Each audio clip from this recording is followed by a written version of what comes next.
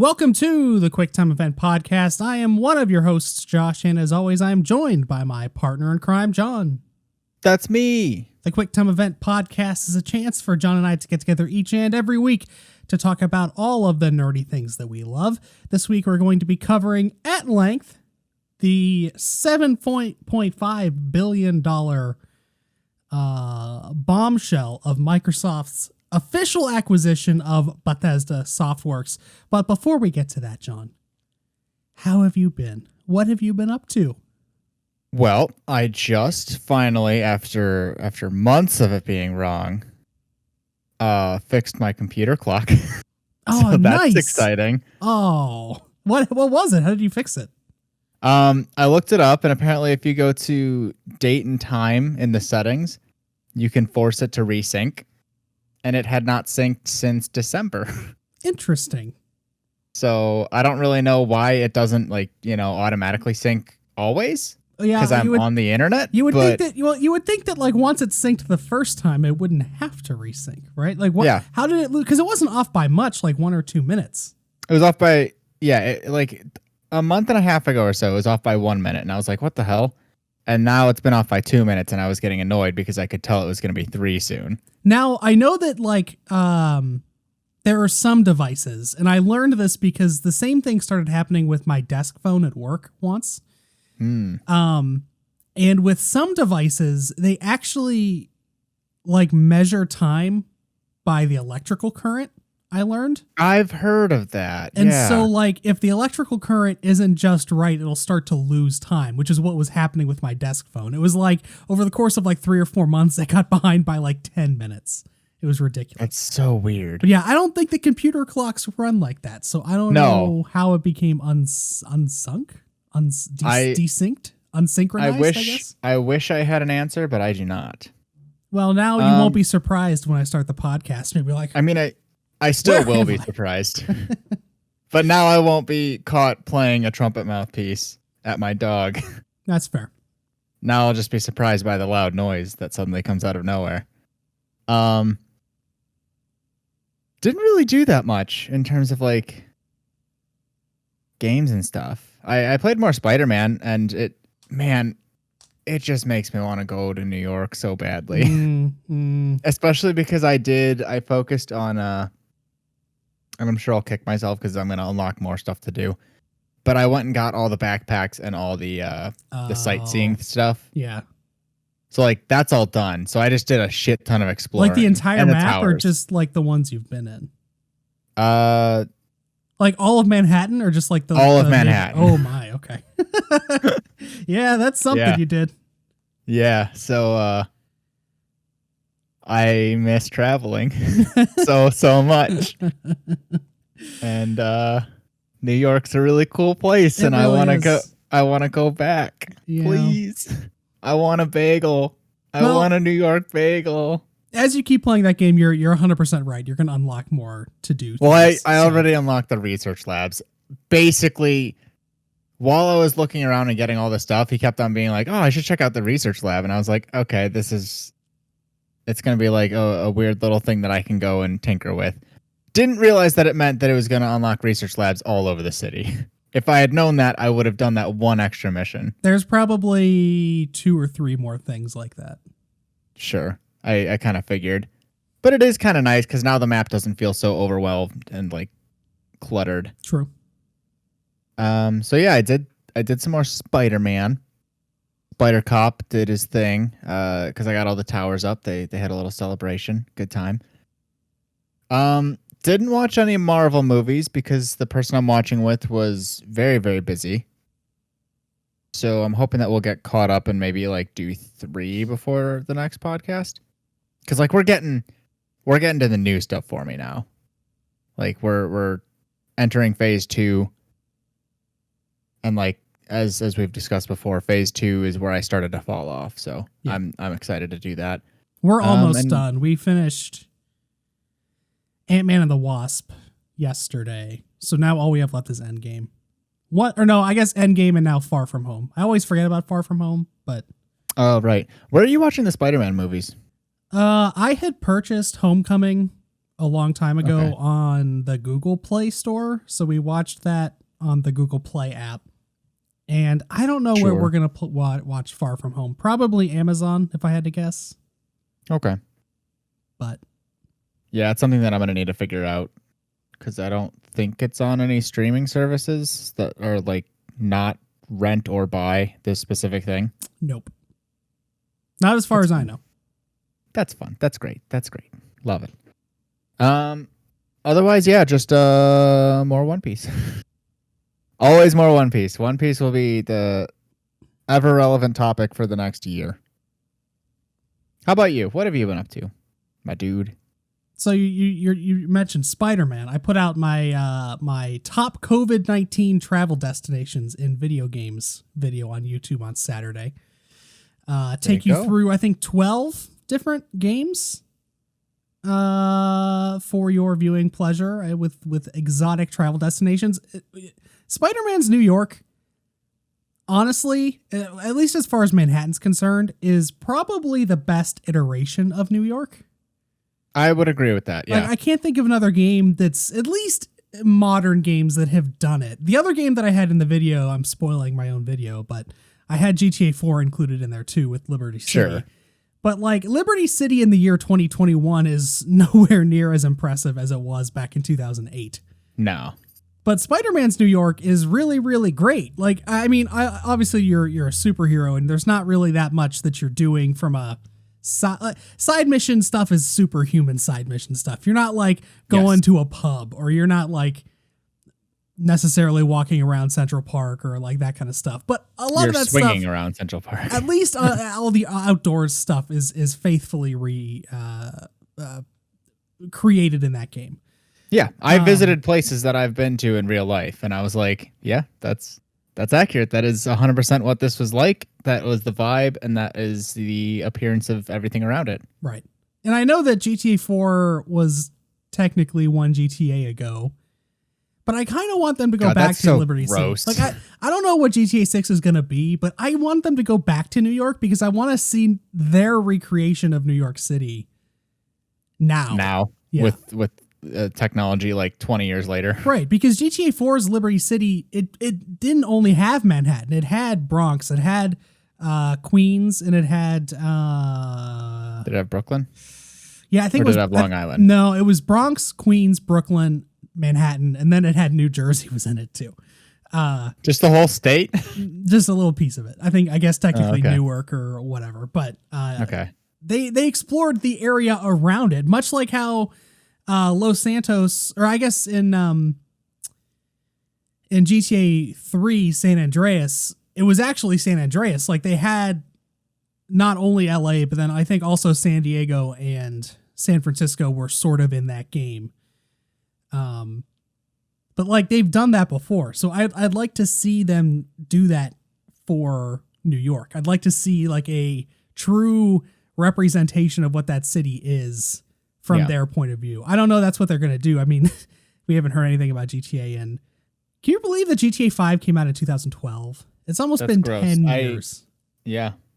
10 years. And obviously GTA Online is still doing gangbusters for them, but like at some point they have to put out a new something, right? They have to put out GTA 6. That has to be a thing they're working on. I'm led to believe that they have to. Because even Red Dead was what, 2018? Was Red Dead 2017 or 2018? I think it was 2018. I don't think it came out the same year as Breath of the Wild. I think it came out the following year. Okay. So, I mean, that was 4 years ago at the end of this year. Stop. It's crazy. Stop it right now. I know. You shut your damn mouth. Come on, Rockstar. Where's GTA 6? Give it to me. Just give it to me. I don't know what you're doing. I don't care what city it's in. It doesn't have. I've heard like rumors that it's going to be a European city. I don't care. Just give me GTA 6. It's been long enough. So like we all get a do-over year, right? No, that's not how time works. No, unfortunately. Yeah. Your creator or the universe or whatever is not going to be like, here you go. You get one more year, one more extra year. Freebie. The Fates down in wherever the Fates live in the underworld don't like expand your string from Hercules, the animated Disney film. They just tie it. They tie another string onto it. That's reincarnation, I guess. Oh, okay. Man, it sucks though. Like we've officially hit the 1 year anniversary of when like everything went to shit, at least in the States. Yeah. This weekend, I think.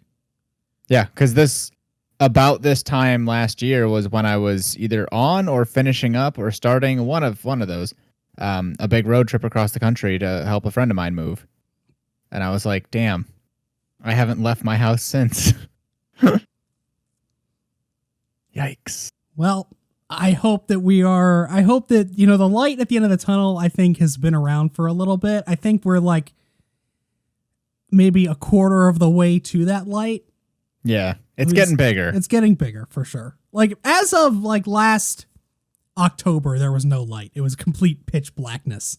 Yeah. And then the vaccines rollout started, I think, in mid-December, like early December around then. Yeah, yeah. And then ever since then, it's like we see the light and it's like getting a little bit bigger, a little bit bigger. I'm just so a little bit bigger. I'm so scared that yes, we are going towards this light. I'm worried that we're going to come out of this tunnel and it's just going to be a big fire. I mean, we already knew that, right? Like, yeah. It could be worse. It could be worse. For sure. Yeah.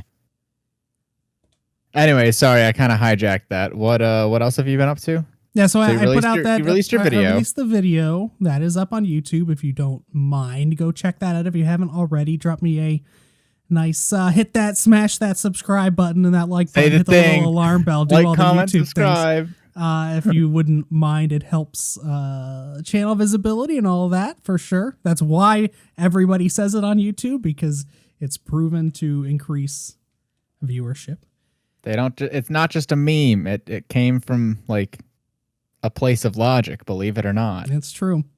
So that is up. I have an idea. My idea, this next video is going to take a little bit, because where I'm going to next is I'm still playing Persona 5 Strikers. I think I'm about halfway done. Maybe even not even halfway done. It's not because like the game is really long. It's pretty extensive. I would guess it's going to take me about 50 hours probably to beat it. So it's a long game. Sure. I just have not been able to play it. Why? For a couple reasons. First and foremost, the video stuff. Well, yes, that makes sense. I mean, I'm spending probably 20 hours a week extra, like on top of my work life creating this. Or I guess over 2 weeks, 20 hours. So, I mean, that cut down 20 hours that I have not played Persona 5 Strikers. So that is a big issue there. The other thing is, and I'll get into this in a little bit, but I've been playing Apex every single day. I'm doing the dailies. I'm sucked into that game. But This next video, the idea that I have is going to require me to beat 14 other games. What? That's all I'm going to say about it right now. It's not a healthy video, but is this like the Super Size Me of fucking video games? You'll see. All right. So yeah, my next video is going to be a little bit. I think it's going to. I'm planning to shoot some of it this weekend. It's also not going to be scripted. It's mostly going to be sort of like a hybrid. It's going to be a let's play essentially. Of some games that I bought. Oh no. Oh boy. I'm very concerned. Yeah, you should be.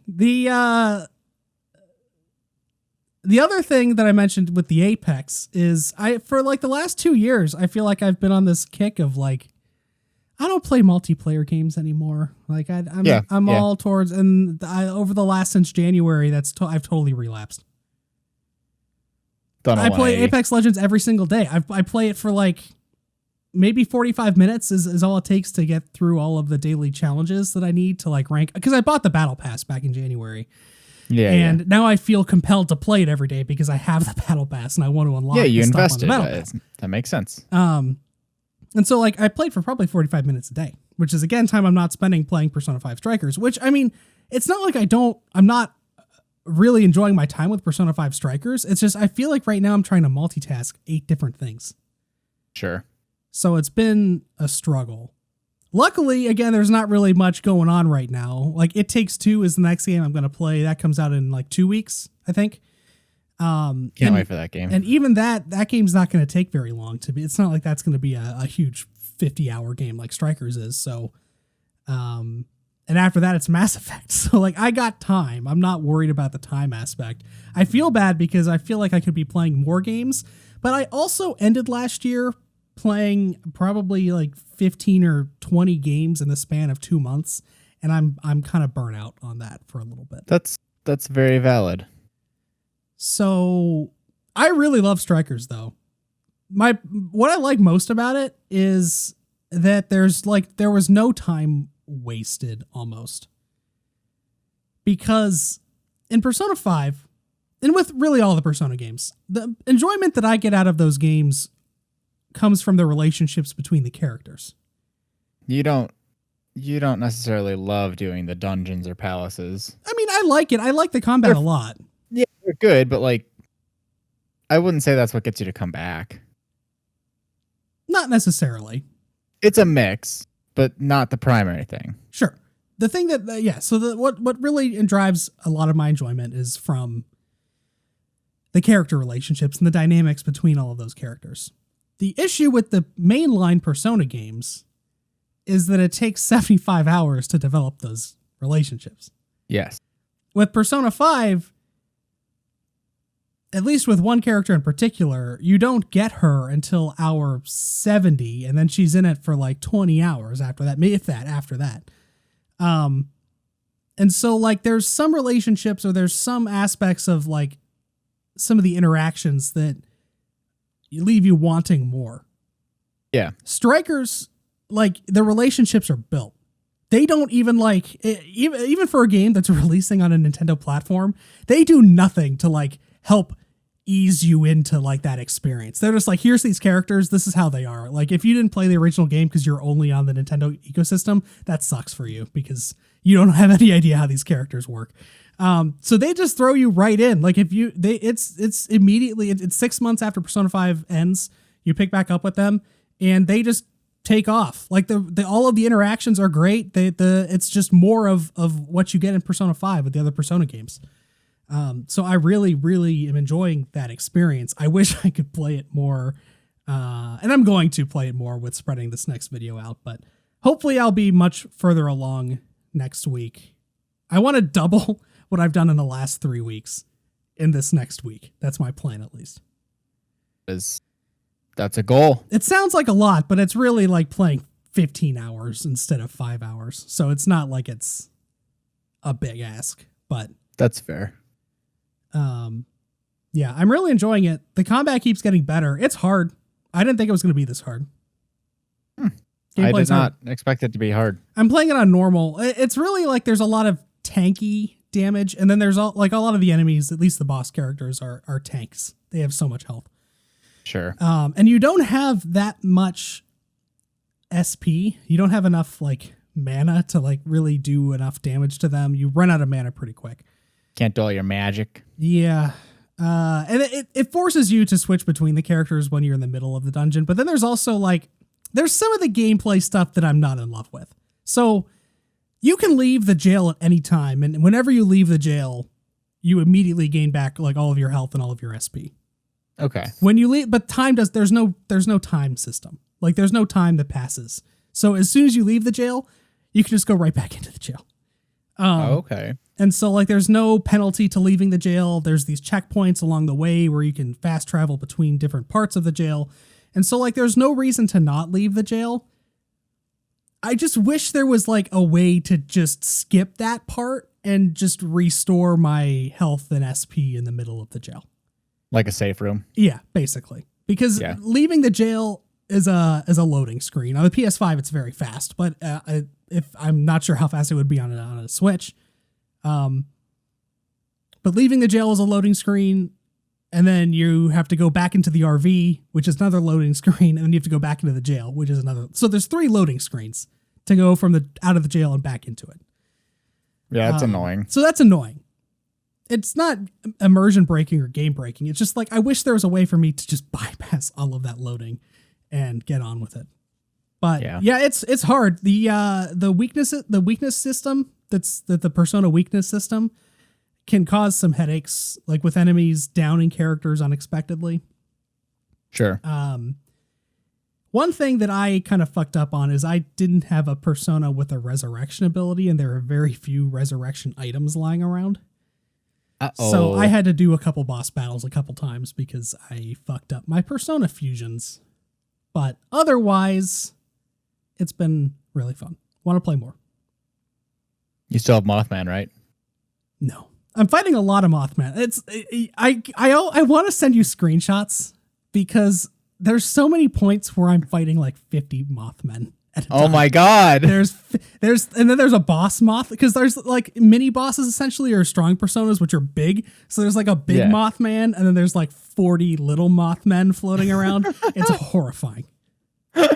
Oh man, I love it. And Mothman in Persona 5 is weak to gun. So you shoot Mothman with a gun and then you can do an all-out attack and you just kill like 40 moths. It's crazy. Man. Good fun. I definitely, going back to the Nintendo thing, don't play this game on Nintendo Switch if you haven't played Persona 5. I know that's what they want people to do, but don't do that to yourself. What's wrong with you? I guess maybe it's okay if you watched like an entire Let's Play or something. Like if you're watching our Let's Play of Persona 4 Golden, I guess you could go play the Persona 4 dancing games if you wanted to. But like most of the enjoyment I'm getting out of this game is because I know these characters like the back of my hand. I am so intimately familiar with these characters, who they are, their backstories, like everything about them, that I am getting a lot of enjoyment out of this game. I don't know that you would if you were walking into this series for the first time. Probably not. Is that all I did? Or at least not nearly as much. Yeah, for sure. But yeah, no, I'm playing a ton of Apex Legends. I'm playing Overwatch. I did I got all my wins for the Patchy Marchy challenge. You know, nice gross Roadhog skin. There's a new event for a Roadhog skin. It's good times with Overwatch, good times with Apex. Yeah, but I don't know what happened. It's just like in January, I think it's just because I bought the season pass. The same thing happened last year, and I don't think I really talked about it on the podcast. I think because it happened at the beginning of the pandemic and we didn't have a podcast. It was during those 6 weeks of depression, I guess. The goodbye, the missing, the lost levels, so to speak. Yeah. I bought the season pass for Magic the Gathering Arena for that block or whatever. You had mentioned it, but I don't remember if it was on the podcast or like just when we were playing or something. But I played so much Magic the Gathering for those, I think it was probably 2 months that season ran for in that game. But once that season ended, I didn't buy the next season pass. Like I didn't continue playing Magic the Gathering. Yeah.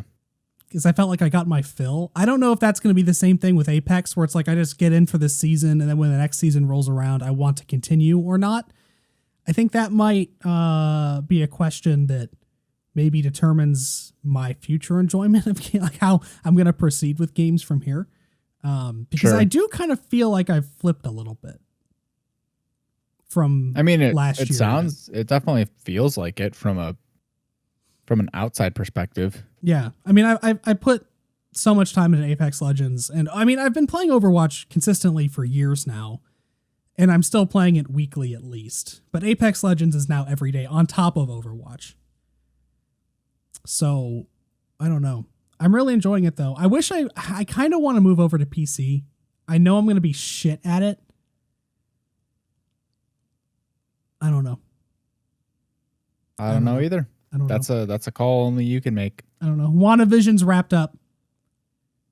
WandaVision had a little bit of it fell off the bike a little bit at the end.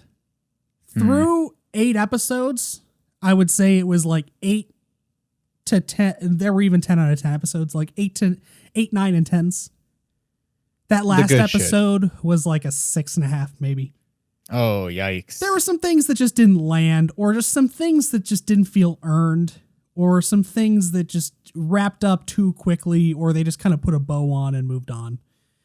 The best part was the interaction between Wanda and Vision. Like the way that the way that those two characters, or those, I mean, Elizabeth Olsen and Paul Bettany put on, like, honestly, like Emmy worthy performances in that episode. They've been great all season, but they should be nominated for awards for like the emotion they were able to have on screen. And they set some cool stuff up for like some future things. I was kind of hoping for some things to happen that didn't happen concerning the X-Men mostly. Since Disney now owns Fox and the X-Men. Yeah. I expected to see something leading into the X-Men being pulled into the MCU, and that didn't happen at all. That's no fault of the shows. That's my own expectations. But like there were just some like things that wrapped up too nicely. Overall, though, the show was great. Probably top 10 things in the MCU. Nice. And Captain America and the Falcon and the Winter Soldier starts next Friday. Buddy cop. Really like the pace that Disney Plus has for this year. Well, I think I've said this before, but Falcon and the Winter Soldier is up next. I think that's a 6 or 7 episode run leading into Loki. And then that leads into some Star Wars stuff. It's just like there's going to be a drip feed of content throughout this entire year, which I'm stoked for. Someday I'll get caught up and I'll be able to join you. Eventually. Anything else before we move on to the news? It's so weird. It feels like I've done nothing since last week. I don't know why. Like I'm really not sure where the time went. Like there were things that I did and I remember them, but like I don't know. It feels like we just podcasted like 3 days ago. And I don't know why I have that feeling. It's a short week. It's not really. This is going to be a short week. There's one less hour between this podcast and the next podcast. Oh, are we doing that? That's this weekend. Is that this weekend? Thanks, America. Thanks, farmers or whoever the hell. For Ben Franklin giving me one less hour of sleep. That's not true. I'm going to sleep the same amount. I get one less hour of daylight, essentially, on Sunday because I'm going to be sleeping through it. Yep. So that sucks. Can we just get rid of that? I don't understand why we have it. I feel like we talk about getting rid of it every year and then don't. I swear that like it was being talked about on a like litigation level last year. Yeah. And I don't think anything ever happened with it. Either just died in committees or just like they just decided to ignore it, or maybe it's still going through. I don't know. But this should be the last one. There's no reason to have this anymore. No. None. Please get rid of it forever. Goodbye. Good night. All right. Well, let's move on then to honestly the biggest purchase I think has ever happened in the games industry with Microsoft's $7.5 billion acquisition of Bethesda Softworks and ZeniMax Media. So we covered this when the announcement was made back in, when was it? Like November? September last year. Wow. It was a long time ago. Was it really that long ago? It was. It was September of last year was when they decided, when they announced you're it. lying to me. I'm looking at the gamesindustry.biz article right now. It was half a year ago? This article was published on Monday, September 21st. It was almost half a year ago to the day. Yes. Holy shit. No, that's not allowed. So, all right, anyways. Let me get into this first article from gamesindustry.biz. It's a follow-up to the original gamesindustry.biz article. This article comes from Matthew Handrahan over at gamesindustry.biz, their editor-in-chief. And he writes... I'm sorry, what was his last name? Handrahan. Handrahan. His hands Matthew hands? Handrahan.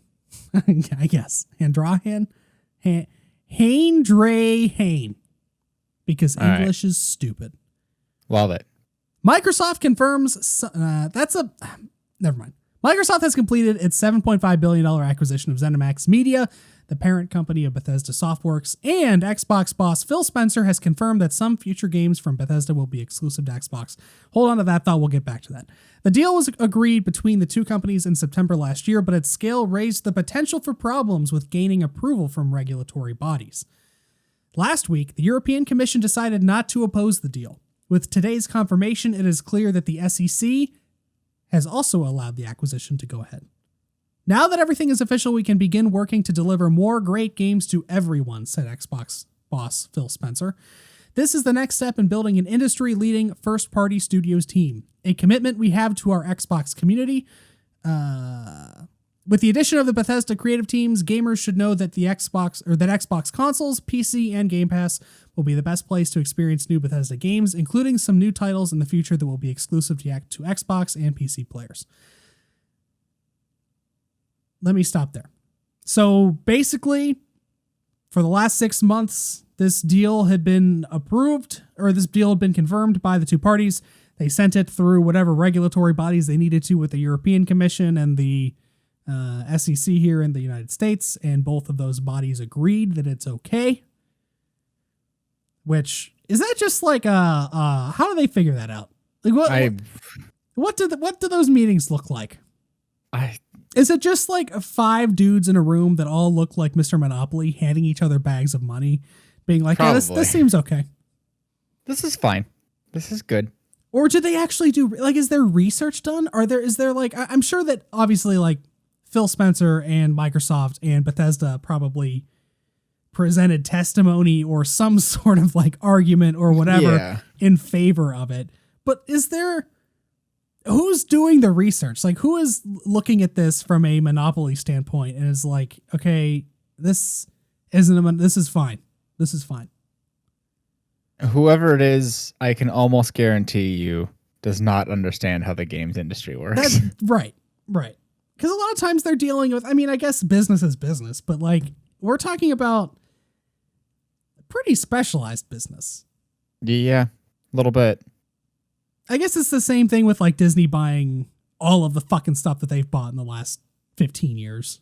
And that's probably what it is. It's just like they don't care, or they don't know and they don't care. And all they see is the dollar signs at the end of it. And they're like, this will stimulate the economy. This will be good for everybody. Oh, no. Go ahead. Let me be clear. I'm not opposing this at all. I don't care that Microsoft has bought Bethesda. Yeah. Good for them. I just like what the hell is the SEC and what the hell is the European Trade Commission or whatever the fuck, and what sort of credentials do they have to be able to judge this deal as being worthy or not worthy? That's what I want to know. That'd be a good podcast. I'm not the one to do it. SEC, if you're listening, come talk to us. Come talk to me, or really you need to go on like an actual podcast, because this is something that I feel like should be covered in a very informational editorial way. I want to know, dig deep into facts and methods. I'm not the one to pull off that interview. I can ask you pointed questions, but to be quite frank, I don't think our listeners are the ones that are like brimming for interested in that CNN style 60-minute interviews. I don't think that's our audience. But I'm inclined to believe you. Yeah. So there you have it. They have officially joined. They are now union in a union, whatever that means. They got married. They went and Except not they really. got hitched. One of them bought the other. That's true. They're treating it like a marriage, though. There's some probably dubious metaphors to be made there, but yeah, a little bit. Let's just dance around that. Yeah, they had a little roundtable today. I did not watch any of it, but I did get the real-time updates courteous of Wario64.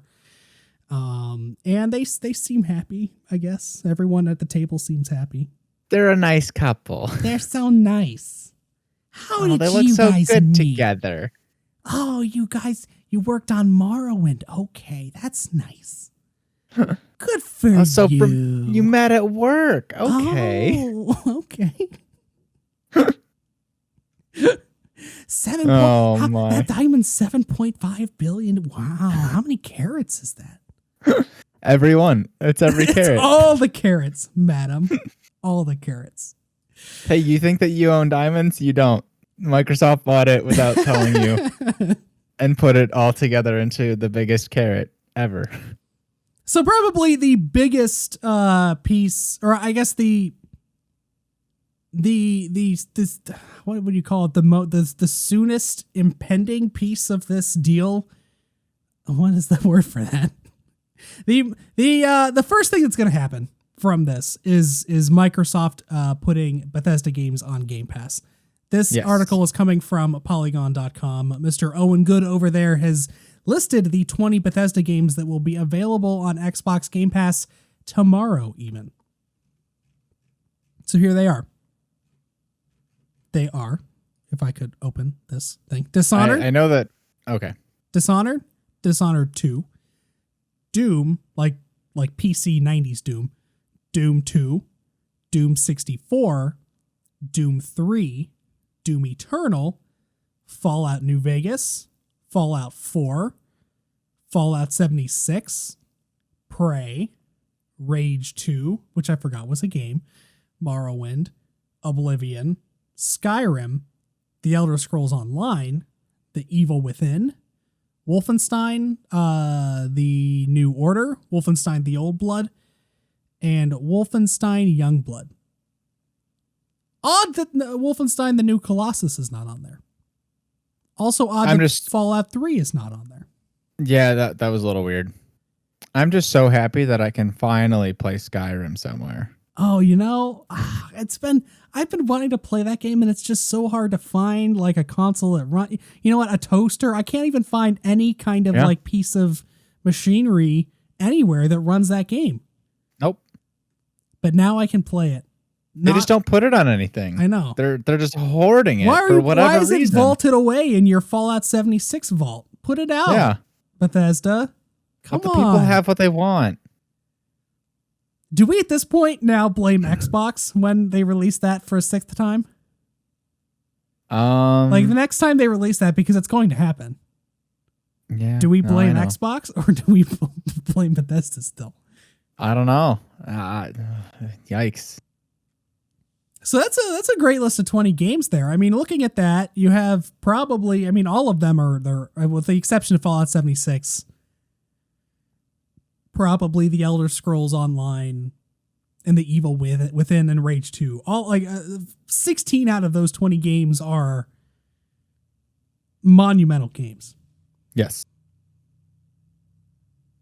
Lots of content. Lots of content. If you didn't subscribe to Game Pass and I don't understand, if you own an Xbox, why are you not subscribed to Game Pass? If you primarily, maybe that's the case. If you primarily play on an Xbox console and you're not subscribed to Game Pass, first of all, this is like more than enough reason to get into it, but sure, there's no, like, you need to be, because that's their future. They've said that many times now. Yeah, they're certainly leading us all in that direction. That's for damn sure. So these 20 games are coming. I assume all of the others will at some point too. Those two that I pointed out with Wolfenstein: The New Colossus and Fallout 3 not being on there, I don't know why. I have no idea why those aren't included. Yeah, it's kind of weird. Especially Fallout 3, because that's such a beloved game. Wolfenstein: The New Colossus for most. The New Colossus was a great game too. I don't know why that one wouldn't be included either. I mean, it's not like that's a new game. I don't know. But I'm sure they'll make it there eventually. Without a doubt. Microsoft spent $7.5 billion. Sure. They can do whatever they want and get whatever they want, except for Nintendo. Yeah. They also have confirmed that they will be sticking to the licensing or the exclusivity agreements that were predetermined for PlayStation 5 with Ghostwire Tokyo and Deathloop. Yeah. So those are both going to be PlayStation exclusive for some amount of time. Yeah, timed exclusives. And then I'm sure they'll make it to Game Pass after that. Without a doubt. So that moves on to the exclusivity piece of this, which I think is what most people are most concerned about at this point. And they've been very confusing about it. It's been a very confusing thing since they announced this back in September of 2020, because Phil Spencer said one thing and was like, I don't know. And then Todd Howard was like, it's going to be really weird. It's going to be really weird if Elder Scrolls 6 isn't on a PlayStation console. And then Phil Spencer said, yeah, I don't know. And Todd Howard's like, I'm sure it's going to happen. And Phil's like, well, some games, it's been like this dance back and forth. Even when GamesIndustry.biz posted the original article that I read back on Tuesday this week, Phil Spencer said there will be future some future Bethesda games will be Xbox exclusive. That's what he said on Tuesday.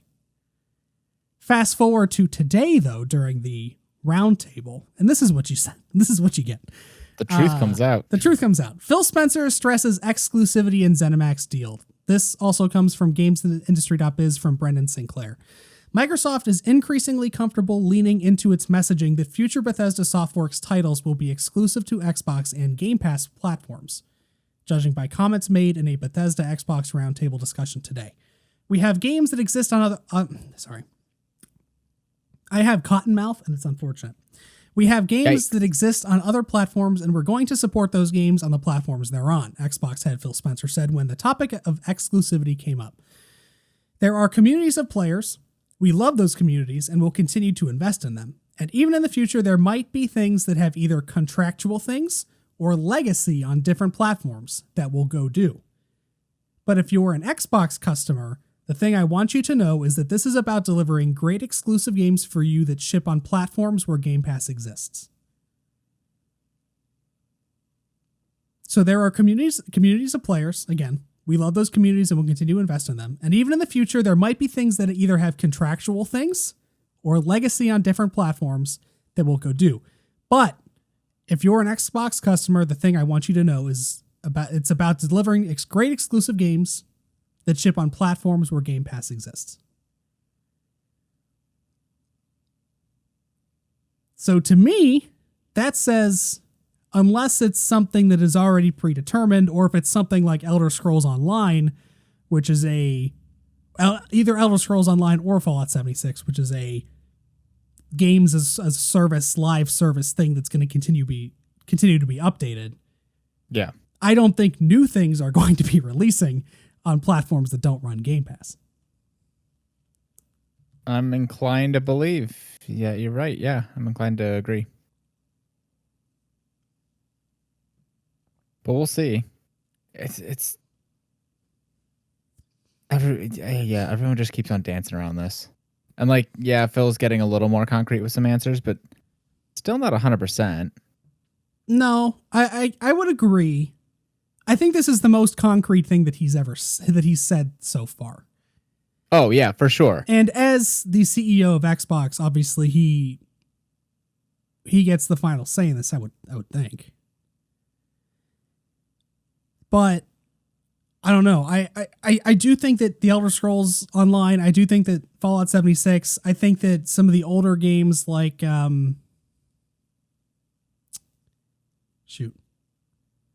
like some of the Doom stuff that's like they're doing for VR, because there's several games now that are VR Doom. I think they're going to continue to develop those for PlayStation because Xbox doesn't have a VR peripheral. VR headset. Yeah.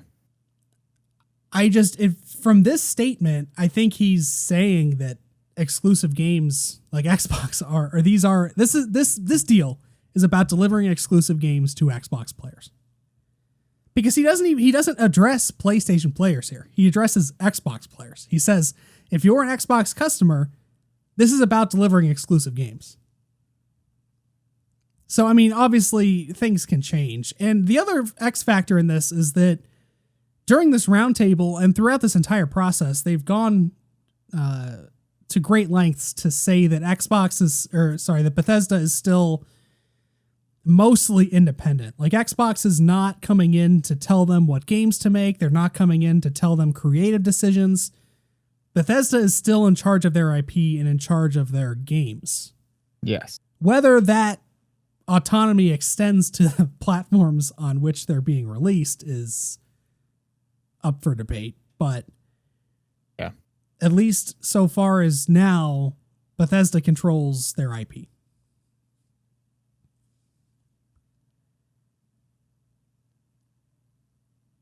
What do you think about what? Okay, so we've discussed Xbox's philosophy over the last 6 months, almost a year now, actually, since E3 time last year when they showed off the Series X.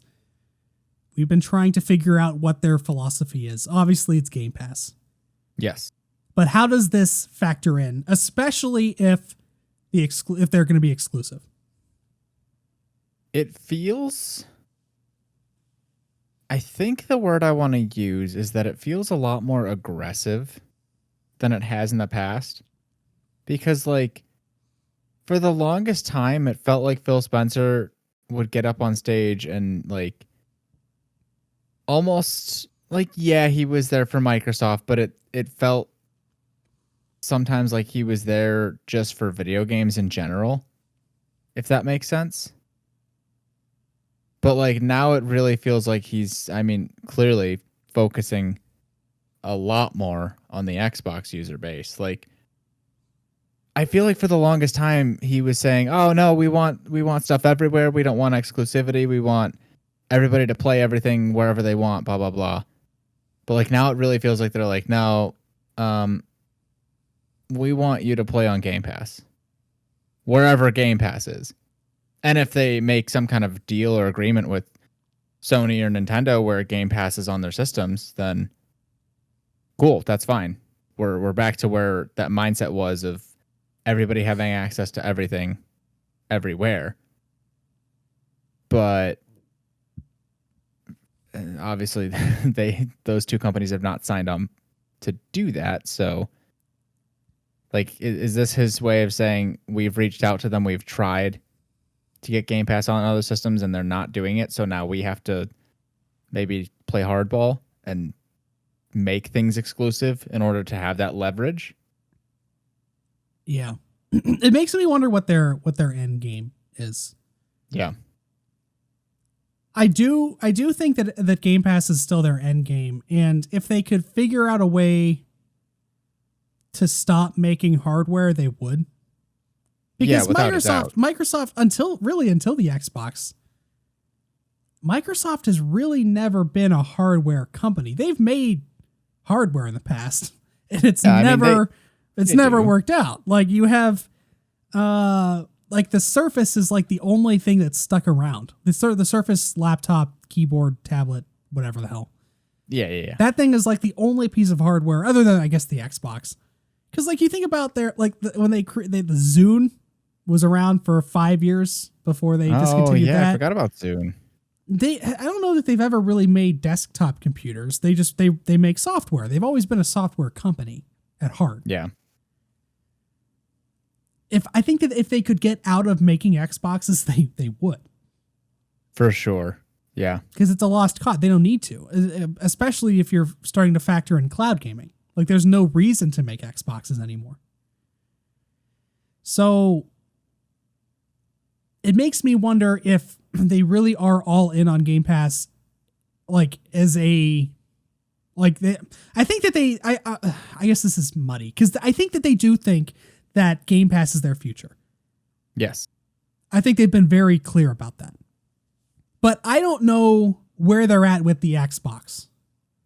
Like, is Game Pass their future and they want to get rid of the hardware, like I just said, or are they still committed to the console ecosystem? Are they still committed to creating consoles and having the Xbox platform be a physical piece of hardware?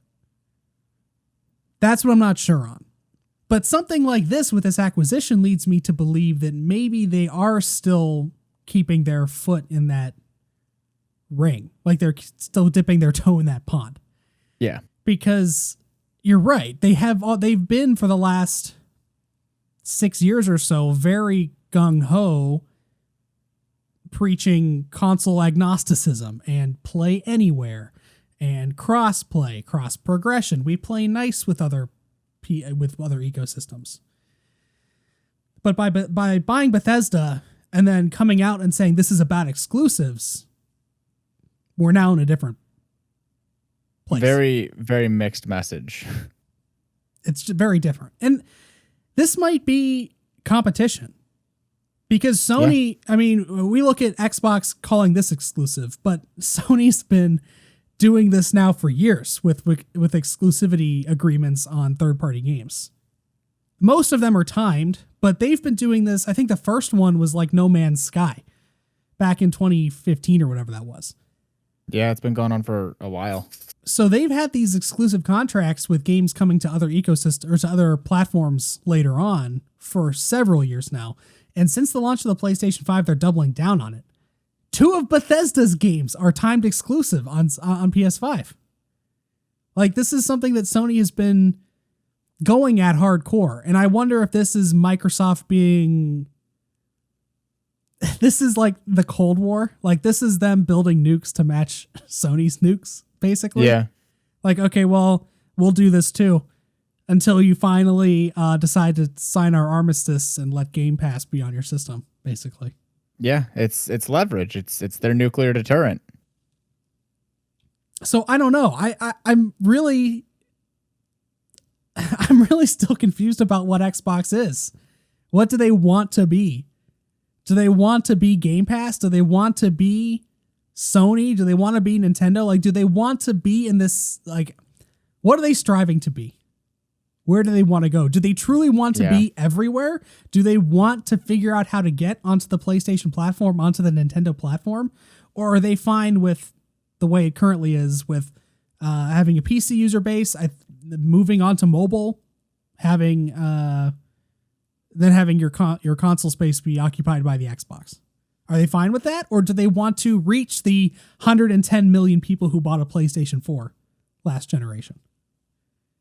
I don't know what the answer is. And I don't know that we will for years. But, yeah, I was hoping... Some little number crunching economist who works at Microsoft knows the answer. Yeah.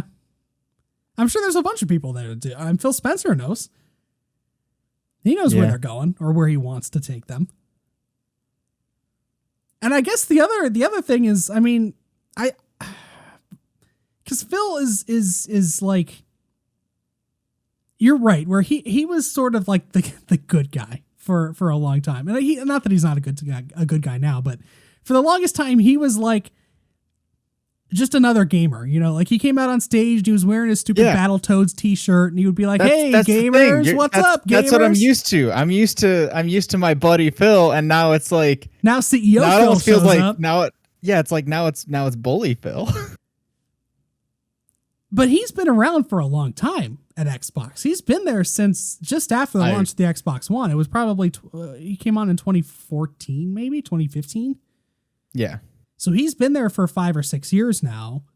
I think that's kind of a long time for like the head of I mean, I guess Iwata was, Nintendo's the next. Take Nintendo. Nintendo is its own thing. Yeah. Like PlayStation heads, Sean Layden was only around for a few years. Jim Ryan was only around, or it's only been around for a couple years now. But like these people don't stay in these positions for that long. But Phil, to me, strikes me as the kind of dude that's there forever. Like he is driving this vision for Xbox forward. And like his vision is where they're going. I no longer have a read on who Phil Spencer is to be able to predict where that is. Yeah. Which one's the mask? Is Phil the fun-loving buddy, or is he the cutthroat cold CEO? Yeah. Which one is Phil? Which one's Phil and which one's Batman? Because I don't know anymore. Yeah. So, yeah.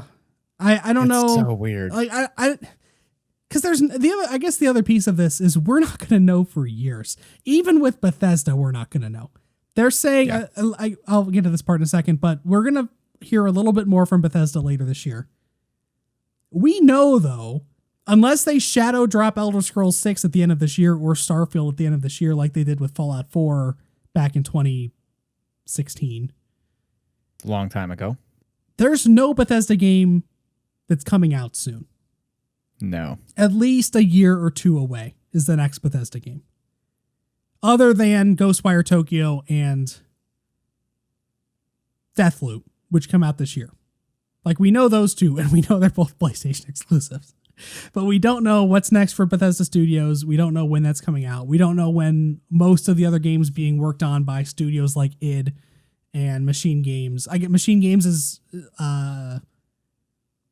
Indiana Jones game. We just got a title basically for that. We got a Breath of the Wild 2 or Metroid Prime 4 style teaser trailer for that game. That's years off. So even with the exclusivity for Bethesda, we're not going to know probably until 2022 or 2023 what that's going to look like for Xbox. So I think I just need to accept the fact that Xbox is going to continue being an X factor without take away that pun, but I'm just not going to know what Xbox is for several years. Yeah. I'm just going to have to live with that. I might have to buy an Xbox, though. You might. You might have to. Where are you at with this generation? You haven't bought a new console yet. Are you going? I have not. No. What are you doing? I'm holding out. You're holding out. What are you holding out for? I'm holding out because, like, I still primarily game on my Switch. Sure. And I've been playing more PlayStation recently, but I still have so many PlayStation titles to go through. What game would make you buy a new console? Because, like, Halo Infinite, we know is going to be on Xbox One. Well, let me take that back. According to the last time they said it was going to be on Xbox One. Maybe after the launch of Cyberpunk, they decided to no longer do that. We don't know. But supposedly that will be on the Xbox One. So even with Halo, if you want to play that game, if it turns out to not be utter dog shit and Craig to be have more polygons, be nice to Craig. Craig needs more polygons. I'm sorry. Yeah, it's true. You don't have to buy a new console to play Halo Infinite. Yeah. So what would be the thing to make you buy a new console? I don't know at this point. That's the problem. And I'm kind of okay with that because, like, I don't feel like dropping $500 right now if I don't have to. Like, yeah. Yes, it would be nice to have the shiniest, newest thing, but, like, I don't need to. At least not at the moment. I'll tell you what. If the Switch Pro or whatever the hell it is, if they make Breath of the Wild 2 exclusive to that, day one purchase. That will get me to invest in a new console. Pissily, I might add. But it will.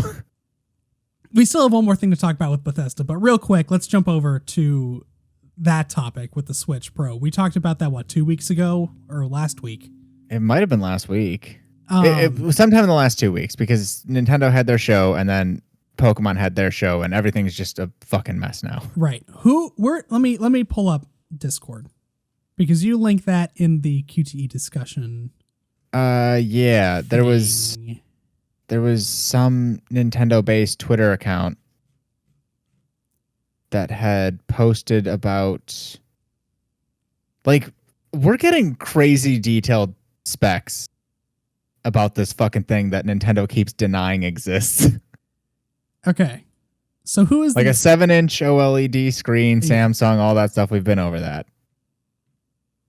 Okay, so Reset Era user. So keep that in mind. This is from Reset Era, which, depending on who you are and your feelings about Reset Era, that might put you one way or another. But this is from a Reset Era user and known industry insider, Nate Drake, who has been linked to various other Nintendo leaks in the past and has expanded on this story. The story Nathan Drake? Wow. Yeah. The Nathan Drake is a prominent Nintendo leaker. He decided to pursue that after he quit treasure hunting in Uncharted 4. He said that there will be some select exclusives, especially from third-party partners. May not be a big number of them, but I know of at least one. So he's saying a somewhat reliable, or at least a name in the leaker community has leaked that there will be exclusive games on the Nintendo Switch. However, that I think the key issue there is especially third-party exclusives, which to me makes complete sense. For sure. Because Nintendo, like, I feel like the only reason all the third-party developers had to fucking downscale the shit out of their stuff to put it on Nintendo. Apex Legends launched this week on Nintendo Switch, and it runs like dog shit. I haven't played it, but I've seen like tweets of people playing Apex Legends, and it's like they're looking at like other players, and they're like triangles. Like they have single polygons. That's how many polygons they have. It looks horrible. They're playing in Flatland, baby. Yeah. So like Apex Legends, which isn't that graphically, I mean, it's a good looking game, but it's not. It's pretty enough. It's not Uncharted 4, even a game that came out in 2016. We're talking about like pretty low level games. Yeah. Is not for able today. To run. Sure. Yeah. So for Nintendo to be able to woo over companies like EA and Ubisoft, who are making things like Assassin's Creed and Apex Legends, which would sell like fucking unbelievably well on the Switch. Like, can you imagine if Assassin's Creed Valhalla was on Switch? How many copies that fucking thing would sell? If any game was playable on Switch, at least like 70% as well as it could be played on the PlayStation 5 or the Xbox Series X. Yeah, that would do crazy numbers. But it can't right now because it's not powerful enough. So to be able to woo those people over and to make more money, it makes sense to release a new console. However, with the first party stuff, Nintendo's first party games have never been graphically intensive. They've never needed teraflops. They've never needed they've been highly teraflops or whatever the hell. They've been very it's crazy how they're able to make these great games run on basically a potato. Yeah. So I don't think that there will be exclusive first party games on the Switch. But I think that there will be third party games that are exclusive to the new Switch. So for you, as somebody that primarily plays on Switch, that might be a reason to pick one up, because maybe you can play the next Assassin's Creed or something. I would consider getting back into a bunch of third party games that I haven't touched in 10 years. Especially since you can take it wherever you want to go, like exactly. Yeah. Even just within my own house, like sometimes I don't want to sit on the couch. Sometimes I want to sit on the chair. Sometimes I want to sit on something else. So I mentioned when we talked about this last time that there were games that were exclusive to the new Nintendo 3DS. Yes. That you couldn't play on the original 3DS. And the page won't load. So here they are. There's not very many of them, which again leads me to believe that Nintendo's not going to be the ones publishing these exclusive games. It'll be the third-party people. Here's the list of them. Xenoblade Chronicles was exclusive to the... I guess there's one. My first game was a total bust. It's going to be like that. Here's a huge game made by Nintendo. To be fair, though, I guess I don't know that much about Xenoblade Chronicles, but wasn't that a Wii U game? I feel like it was on the Wii U or the Wii maybe, and they ported it to 3DS. That sounds right. I don't think it came out on the 3DS first. Again, I know nothing about Xenoblade, so maybe I'm just making that up. But I don't either, and I, at this point, do not care to. Here are the other ones. Binding of Isaac Rebirth. Fire Emblem Really? Warriors, Wind Up Binding Night of 2. Isaac? Yeah. Runbow Pocket. None of these are games that you've ever heard of. What the hell are these games? Pixel Hunter, Life Speed, Pinball Hall of Fame. Excuse me. Who the fuck do these developers and publishers think they are?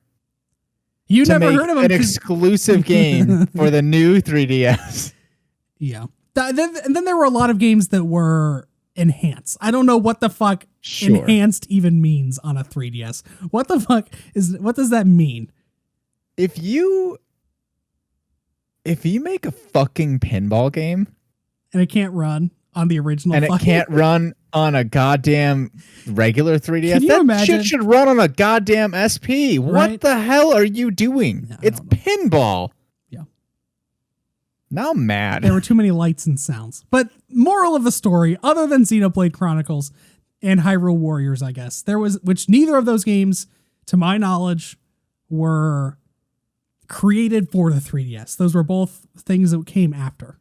I do know that a friend of mine played Hyrule Warriors on the original 3DS, and then I think he got a new 3DS for whatever reason, and said that it made a difference just because there are so many enemies on the screen. So like for that, it actually needed whatever extra power was built into the new 3DS, the whatever processor. Sure. But moral of the story is it's not an extensive list. It's not very many. Yeah. Granted, Nintendo can do a lot of different things. They always surprise us in the worst possible ways. But it's true. Hey, they're doing really well. Time for a bad decision. If history is any indication, you should be fine if all you play on your Switch are Nintendo titles. Yeah.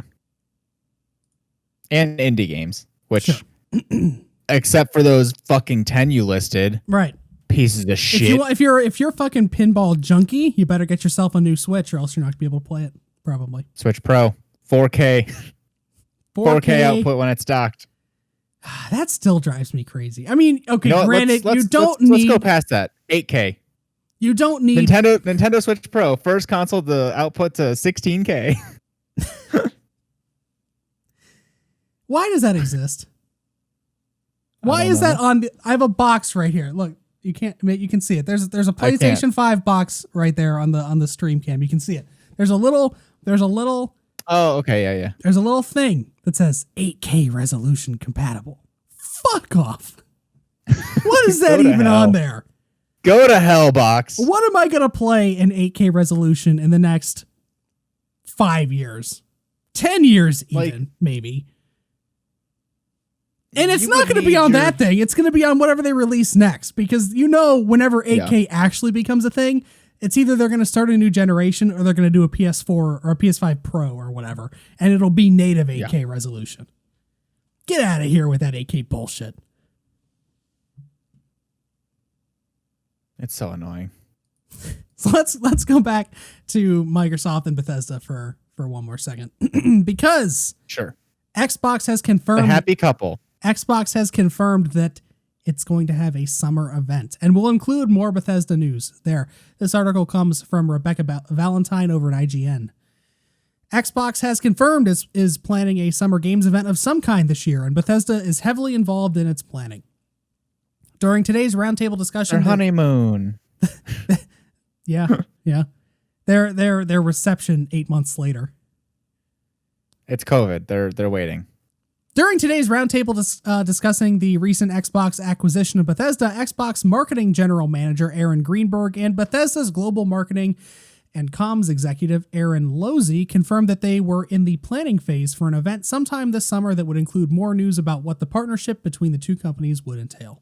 No further details were given, though Greenberg did add that what they were planning was the sort of event that Xbox traditionally would hold at E3. This could potentially mean more details on upcoming Bethesda titles that have been quiet for some time, such as The Elder Scrolls 6 and Starfield, though neither Greenberg nor Losey named any specific games during this segment.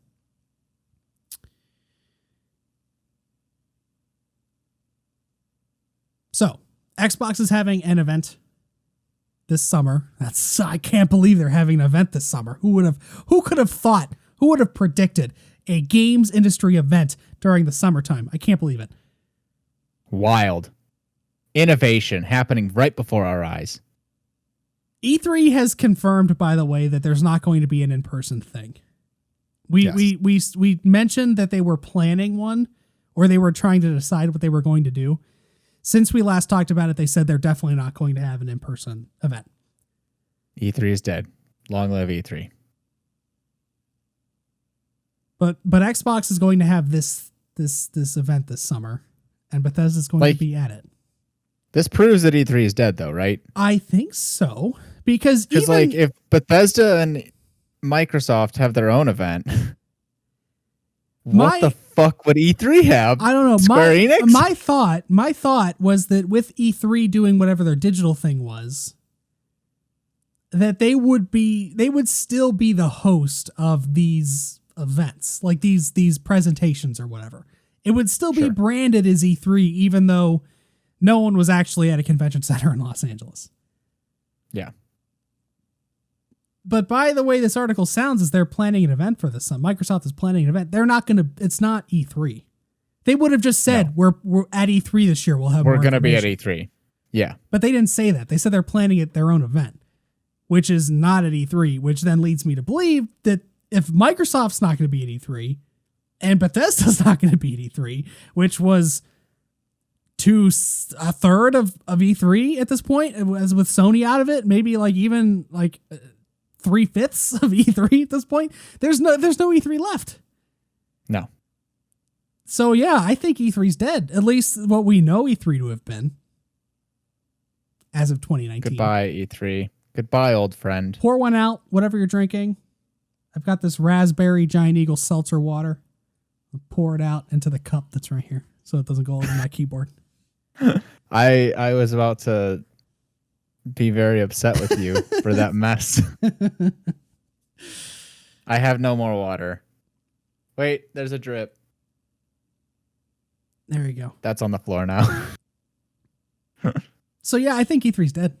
I don't think we're gonna get an event like that ever. Well, maybe not ever again, but it's cyclical. It'll come back. Sure. It'll just take some time. I think that we have.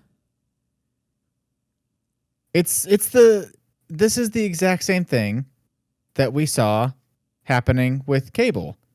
E3 was cable, but now all these companies are like, no, I want my own streaming service. So now we're getting like 800 different events or streaming services instead. And then someday somebody will be like, hey, how about instead of all these little things, we just have one big thing? I just think that the era of in-person press conferences is gone. I don't think that's coming back.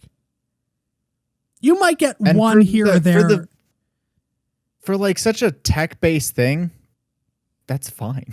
For sure. I think that I say they're dead. I don't think they're dead. You'll have like one-off events. Like if when Blizzard does BlizzCon, they're always going to have some presentation at BlizzCon because they're bringing in fans. But I think you're only going to have those kind of events at those fan-driven events. I don't think you're going to have these exclusive press conferences for media anymore. I think it's going to be BlizzCon or PSX or Xbox's thing they did that one time in Mexico City. Like it's going to be these fan events that you have those in-person sort of reveal presentations. Yeah. Otherwise, we're just in the world of directs. It's the direct era. This is just how it is. And I think that the pandemic cements that. Like we're seeing this with jobs.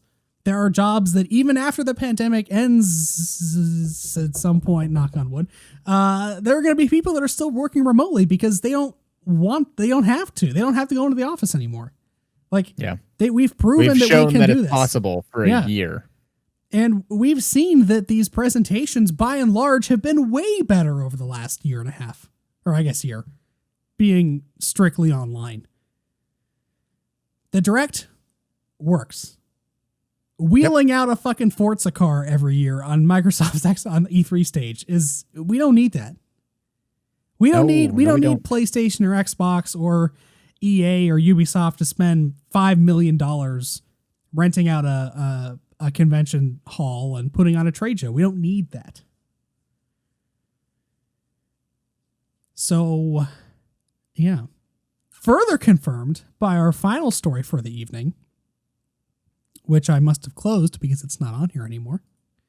Goodbye, final story. Have a good night, everybody. The direct system must be working because we have yet another publisher jumping on the bandwagon. This article comes from Polygon.com and Michael McWhertor. Square Enix to reveal new Life is Strange and more in March 18th live stream. Square Enix will reveal a new Life is Strange game and present new details on upcoming and released games during a live digital showcase on Thursday, March 18th. The video presentation, known as Square Enix Presents, will focus primarily on Western games from the publisher, including Outriders, Marvel's Avengers, and the new Just Cause mobile game. I didn't know what was happening. I read that and I got upset. Square Enix Presents will stream. Blacked out for a second there with rage. Square Enix Presents will stream on Square Enix's YouTube and Twitch channels starting at 1 p.m. Eastern Daylight Time on March 18th. The presentation will run approximately 40 minutes, Square Enix said. The biggest confirmed announcement will be the world premiere of the next Life is Strange game, featuring an all-new protagonist wielding an exciting new power.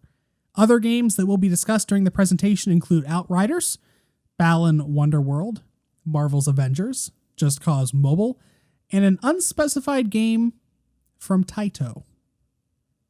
Not mentioned in Square Enix's news release were announced games from the publisher's Japanese side, so don't expect major updates on titles such as Final Fantasy VII Remake Intergrade, Final Fantasy XVI, or Project Athia during Square Enix Presents. You can tell me that all you want, Polygon. It's not going to make me hope any less. I hope we get one of those things. I don't think we'll get of the three they mentioned: Final Fantasy VII Remake, Final Fantasy XVI, or Project Athia. I don't think we're getting anything Project Athia. I think that will come from PlayStation when we do get something. Final Fantasy XVI, I think we are also not going to get here. Again, I think that will be a PlayStation thing. Final Fantasy VII Remake Intergrade, I also don't know that we'll get anything because we just saw that new trailer recently. However, it's not going to make me hope for something about Final Fantasy VII Remake 2. That's what I'm hoping for. That's what I want. I know I'm not getting that, so I'm not getting my hopes up too far, but that's what I want. However, all of that to say that Square Enix is doing a Square Enix Direct. And it kind of sounds like it's going to be not great to me personally. I would agree with you. No, none of it. Like, I mean, Balan Wonderland looked like fun for a little bit, but now it looks awful. No. Yeah. Have you seen? Have you seen Into the Third Eye of Balan Wonderworld? I saw something, and I don't remember where or how, but it just did not look great. It looked not good. After you, John, and everybody listening and or watching to this podcast has homework. If you have not seen gameplay from Balan Wonderworld, go on to that youtube.com or Google or whatever and search for Balan Wonderworld demo. Or I think the demo's still up. You could go even play it if you wanted to. Ooh, I could be disappointed firsthand. There's a demo that you can play. Excellent. For Balan Wonderworld. It's fucking... Not only is the gameplay awful, like the gameplay is legitimately awful. Yep. There's like some really horrifying visuals in that game. Not like not horrifying, not horrifying like scary, horrifying like someone ate a lot of mushrooms and developed this game. There's like this farmer character who's like a human. I don't want to spoil it. Okay. How long is the demo? I don't know. I think it's probably like 20 minutes or so. I didn't play it personally, but I watched someone play it, and it's horrifying. But yeah, Balan Wonderworld. I think I will take a tiny 20-minute Spider-Man break and go experience this horrifying thing so that next week I can report back. So yeah, Balan Wonderworld, not excited for that one bit. Outriders, nope. I don't remember what that is. I know they showed a trailer for it at E3, the last real E3 that happened. Yeah. But since then, I forgot what it is. Just Cause Mobile can go straight to hell.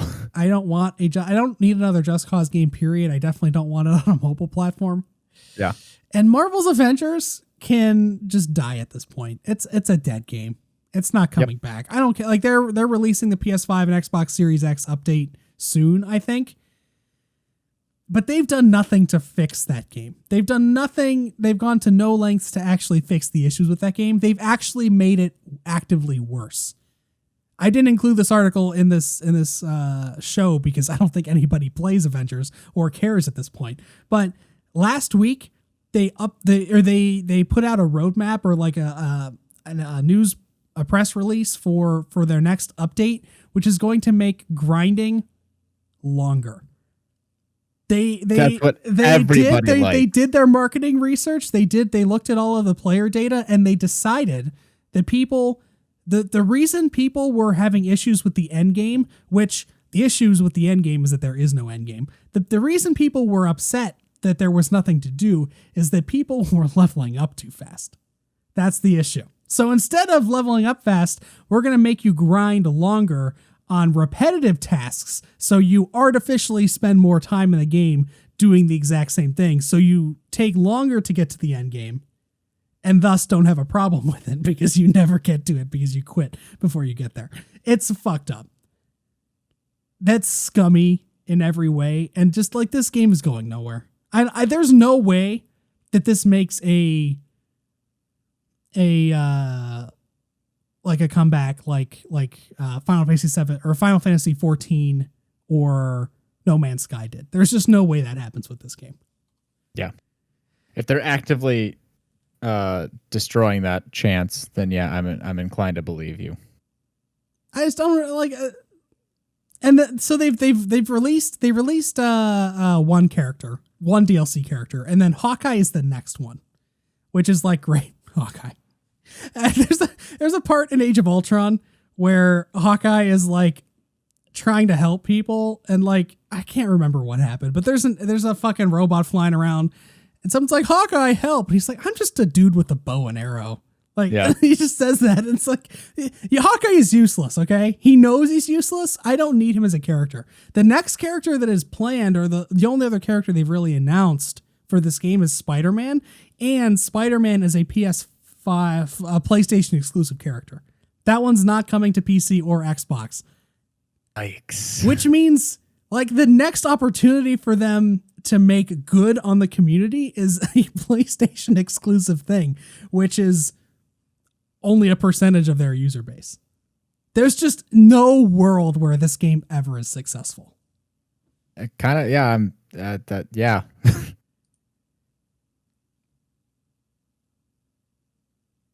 Is there any major publisher at this point that doesn't have a direct? Yes. But like, okay, so let's think about this for a second. So sure. Nintendo, PlayStation, Xbox are all covered. They all have their own thing. Bethesda is now covered under the new the newlywed clause. So we have Inside Xbox, we have State of Plays from PlayStation, then we have Nintendo Directs. We now have Square Enix Presents. Even the Pokemon company has Pokemon Presents. Do we have anything from Ubisoft? They did something last summer. Ubisoft. EA definitely has something. It's EA. Shoot. EA I hate Play how many fucking names there are. Live. EA Play Live is EA's. So EA has something. Ubisoft definitely does, because I remember watching it last summer when they showed off like Hyperscape and some other stuff.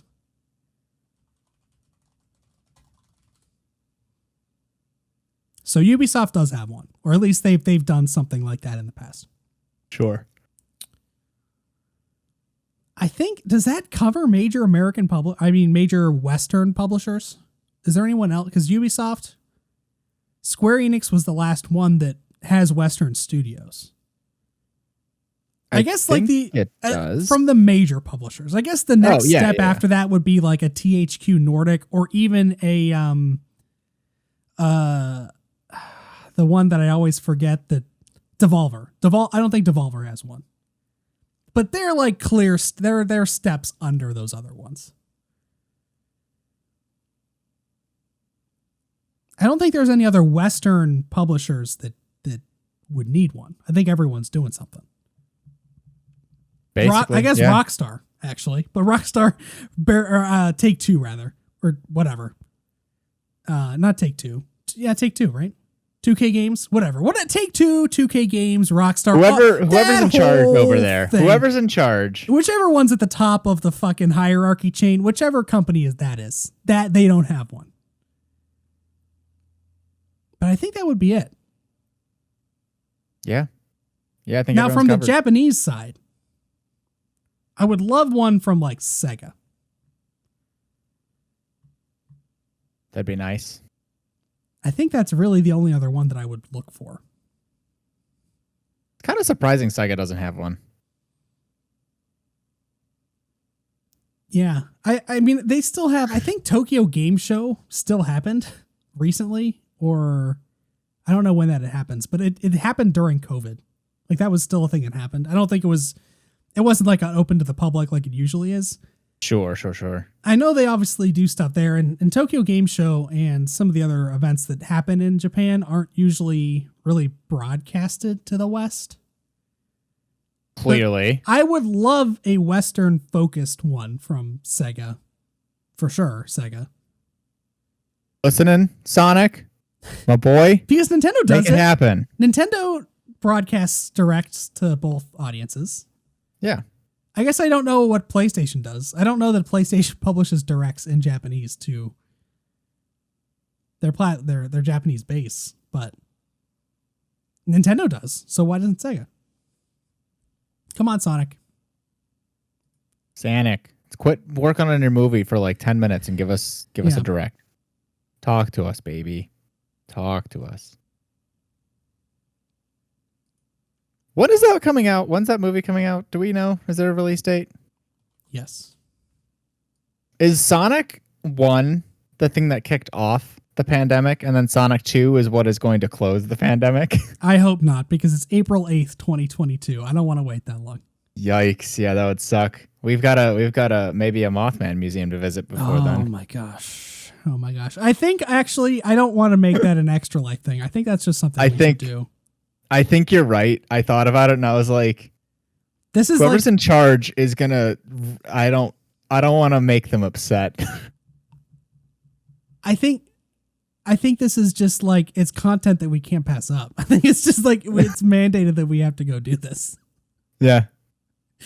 We'll go to all the sites, all the Mothman sightings. If you don't know what the hell John and I are talking about, there is a persona in the Persona games named Mothman, and Mothman is based off of the folk legend in West Virginia, the Mothman.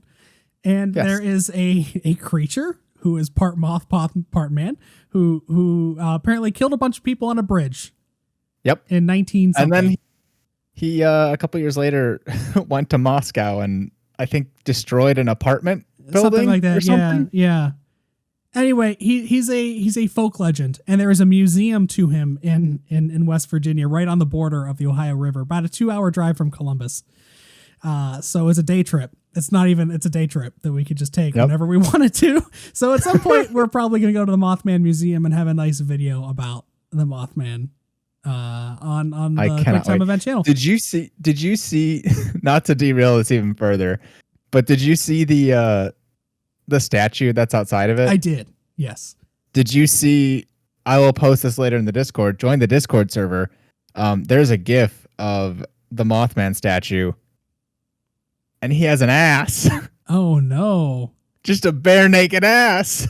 I did not see that. I did go to. I looked around the area via Google Maps. I went onto Google Maps Street View, and I found the statue is not as big as I thought it would be. Based on like some of the images I've seen of it, it's not as big as I thought it would be, but it's still there. There is a statue dedicated to the Mothman. Oh no. Yeah. Anyways, sorry for derailing literally everything. That's all I got for tonight. I mean, we covered all the news stories. They all wrapped up. It's been a little bit slow moving.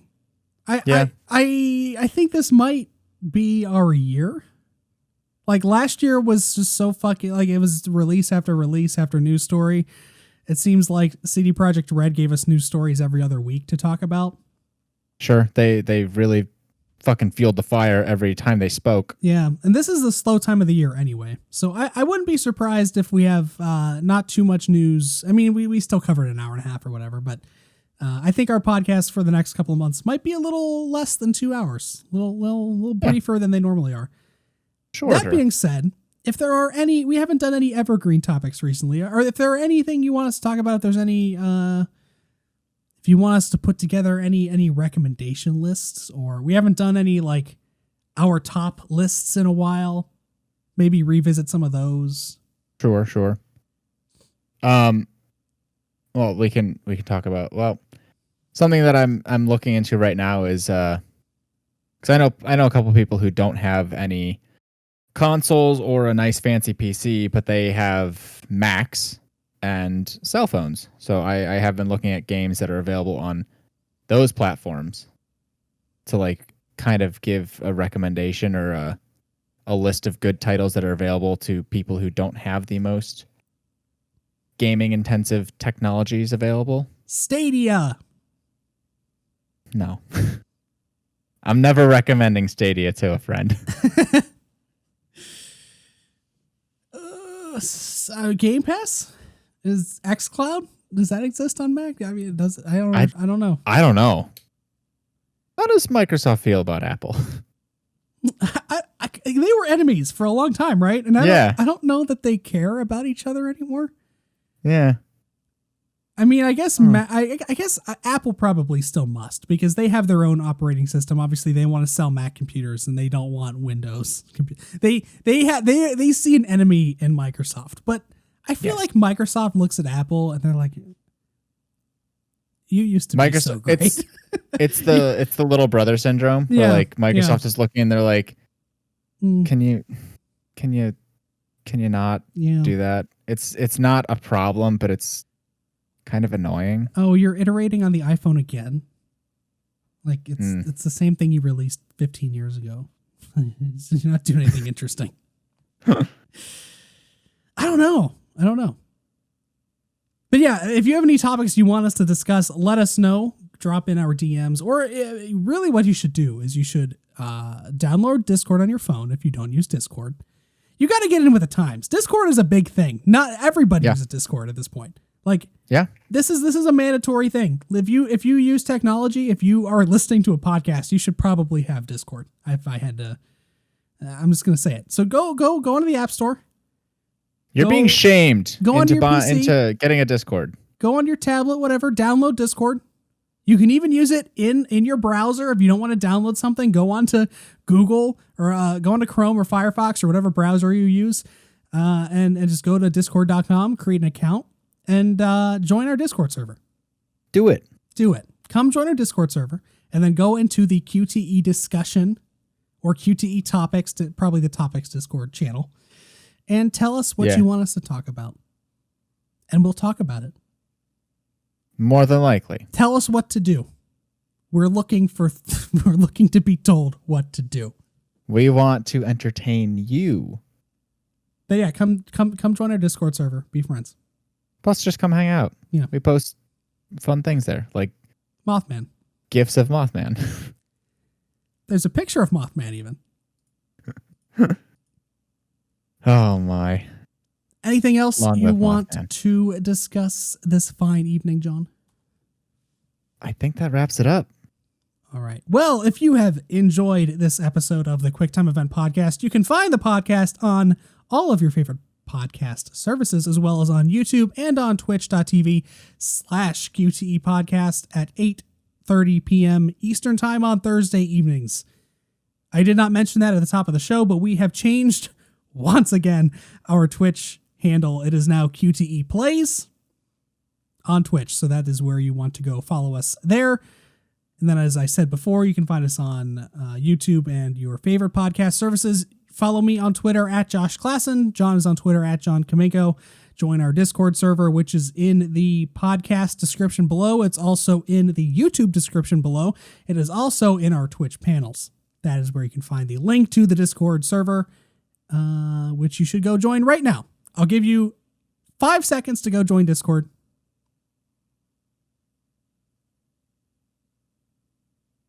Welcome to Discord. Welcome to the group. We will be back next week with more quick time event plays. Persona 4 Golden. We're going to the beach, boys. Going to the beach. Hell yeah. The beach. Going to the beach. Ninky Minjaj. And on that note, all of you have a great weekend. Have a great daylight savings time. Don't have a heart attack on Sunday like so many people do after daylight savings time.